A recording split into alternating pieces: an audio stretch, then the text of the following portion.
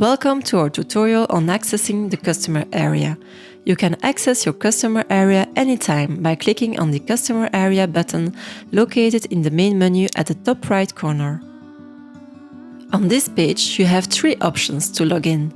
Log in using your contract number, if you wish to quickly access your contract without creating an account. Log in with your email address by creating an account with Europ Assistance. Or log in via a third party such as Google, Facebook or Microsoft. Let's begin with logging in using your contract number. Simply enter your contract number or file number along with your postal code. Confirm.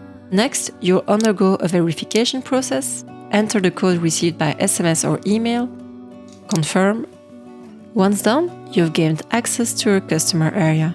The second option is to log in with your email address by creating an account with Europ Assistance.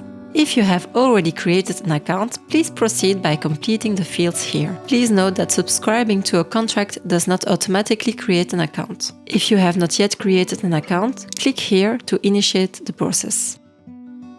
Fill in your email address, create a password, confirm your password, confirm. Enter the code sent to your email, confirm. The next step is to link your contract to the newly created account. Enter your contract number, postal code, confirm. Then complete the verification process with a code sent by SMS or email. Confirm. You are now connected to your customer area. The last login method is through a third party such as Google, Facebook or Microsoft. Either you already have an account or you create one. In both cases, you will need to link your contract to this account during the initial sign-in. If you already have an account, please enter your email address here. Enter your password. Add your contract to the account you just created.